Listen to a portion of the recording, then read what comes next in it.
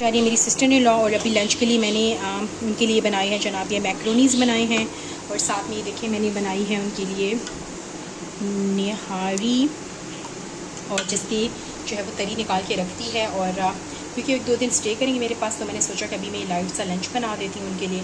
और रात में इंशाल्लाह हम लोग बनाएंगे पुलाव और सालन, मीठा बनेगा, पुलाव बनेगा और साथ में करी बनेगी। तो ये देखिए इनके लिए अभी मैंने यहाँ पे रेडी किया है जी वेलकम ड्रिंक।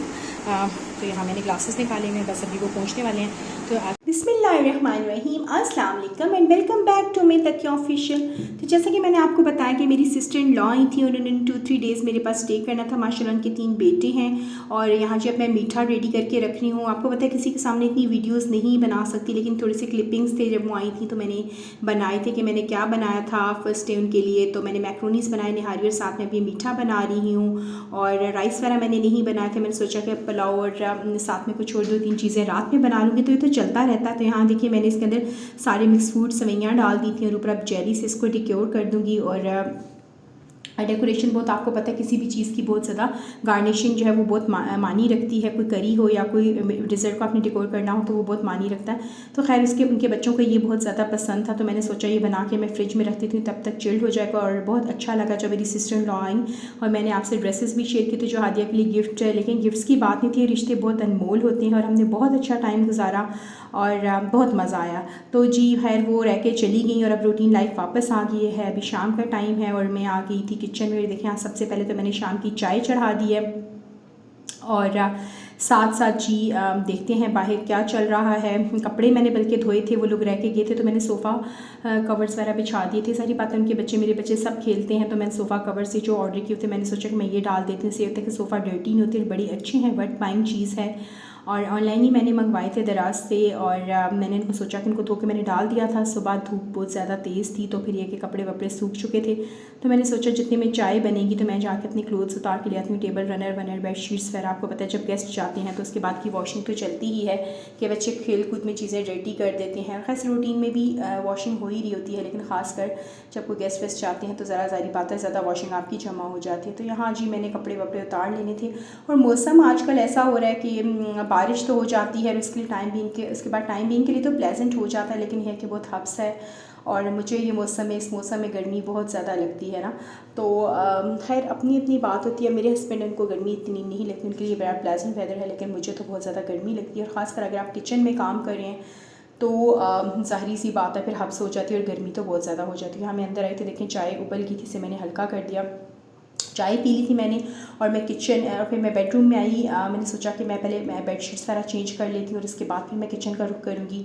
तो यहाँ जी ये मैट्रेस प्रोटेक्टर है और ये भी मैंने आई थिंक दराज से ही शायद ऑर्डर किया था और ये बहुत अच्छी वर्थ बाइंग चीज़ है और कोई एक्सपेंसिव नहीं था। और ज़रूरी नहीं है कि आपके छोटे बच्चे हैं और उन्हीं घरों में यूज़ हो, या आप यूज़ कर सकते हैं। ऐसे मैट्रेस आपका बड़ा सेफ़ रहता है। और यहाँ जी बेडशीट जो थी धुल गई थी और मैंने सोचा मैं यही बिछा देती हूँ। पिलो कवर्स मैंने पहले से ही चढ़ा दिए थे और मुझे लगता है कि आपके बेडरूम्स अगर सेट हो जाए ना तो आधी सफाई तो समझो आपकी होगी, क्योंकि आज मेरी हेल्पर भी नहीं आई थी और मैंने सोचा कि मैं आगाज़ यहीं से करती हूँ कि बेडशीट्स सारा चेंज कर लेती हूँ। तो यहाँ मैंने सारे कॉर्नर्स में उसके नॉट्स वगैरह लगा दी थी जिससे कि बेडशीट बहुत अच्छी फ़िक्स रहेगी और ये बड़ी अच्छी टिप है इसको फ़िक्स करने के लिए। और खैर आप इसको इलास्टिकेटेड भी करवा सकते हैं, लेकिन जो नहीं है पुरानी आप उनको किसी नॉट्स लगा के फ़िक्स कर सकते हैं। तो यहाँ देखिए जी मैंने पिलो कवर्स वगैरह चढ़ा दिए थे और मेरी कोशिश वैसे भी रूटीन में ये होती है कि मॉर्निंग में अगर मैं उठूँ तो सबसे पहले जो है ना मैं अपना बेड बना लूँ, क्योंकि मुझे लगता है कि अगर बेड बिखरा हो ना तो कमरा बहुत बिखरा बिखरा सा लगता है ना। और अगर आपका बेड ऑर्गेनाइज है, बेडशीट्स आपके अच्छे तरीके से सेट हुए हैं, तो मुझे लगता है कि आधे काम आपका हो जाता है।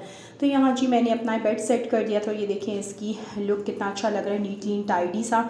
और इसके बाद फिर मैं तकी का भी, ये सोफ़ा का बेड है, यहाँ मेरा बेटा तकी लेटता है और मैंने इसके ऊपर बेडशीट वगैरह डाली होती है ताकि वो ख़राब ना हो।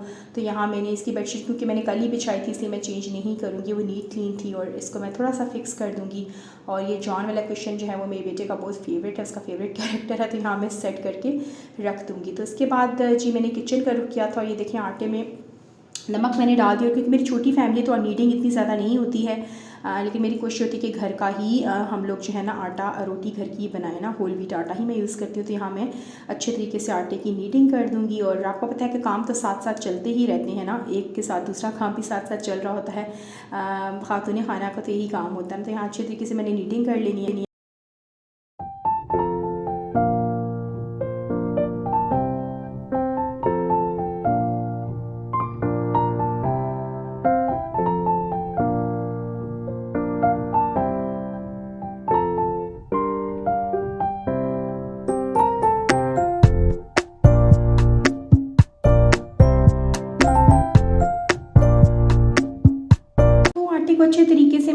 करके कवर कर दिया था और 5 से 10 मिनट भी आप हार्डली 4-5 या 10 मिनट भी मैक्सिमम आप इसको रेस्ट देते हैं और तो ये बहुत अच्छा सेट हो जाता है। और उसके बाद मैंने हाथों को गीला किया था और इसको 1 से 2 मैंने मुक्कियाँ दे देनी है, सिर्फ 1 से 2 दफ़ा इसको मैंने हल्का सा नीट करना है, यकीन जानिए इसी में सेट हो जाता है।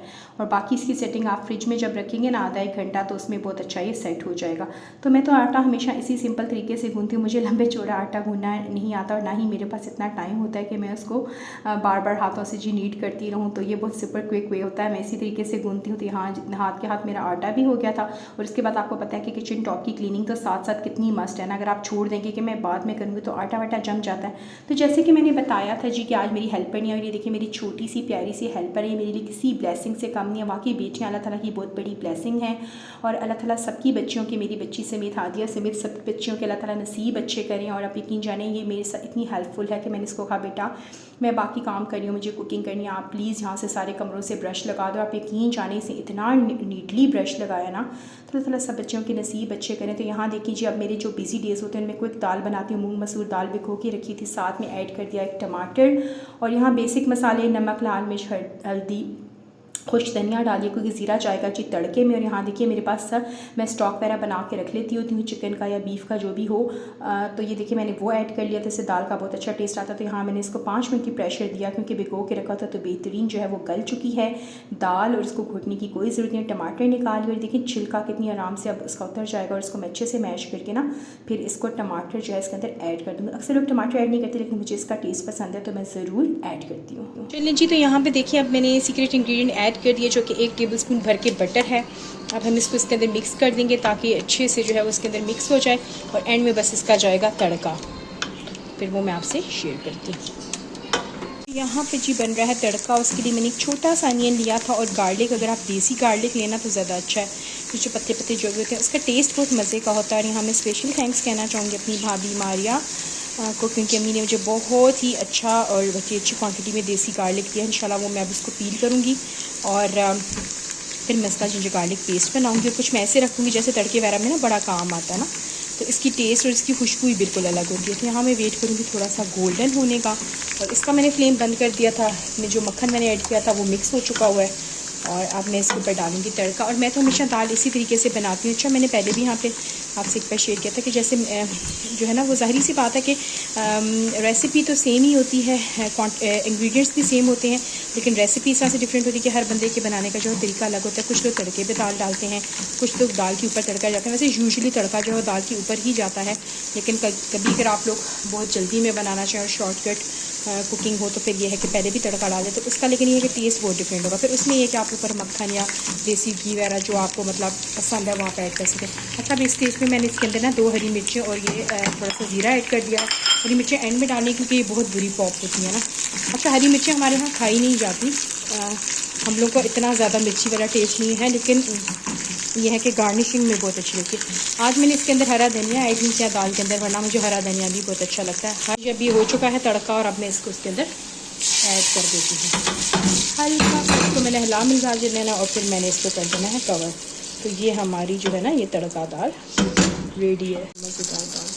तो ये थी मेरी आज की शेयरिंग, मेरी आज की रूटीन। और मेरी सिस्टर ने रहा रखेगी तो मुझे बहुत अच्छा लगा। हमें मैसेज देना चाहूँगी कि जब बेटियाँ अपने घरों में आएँ, माँ बाप को अल्लाह ताला सलामत रखें, अगर वो ना हो तो भाई भाभीियों के घर में, तो मुझे लगता है उन्हें बहुत ज़्यादा प्यार अपनाइए और मोहब्बत देनी चाहिए क्योंकि बेटियों का एक मान होता है, बहनों का एक मान होता है और रिश्ते बहुत कीमती होते हैं, बहुत खूबसूरत होते हैं। अल्लाह ताला सबके लिए रिश्तों की खूबसूरती को कायम रखिए और इनका होना ही बहुत बड़ी मानी रखता है, एक दूसरे के लिए बहुत बड़ी सपोर्ट होती है।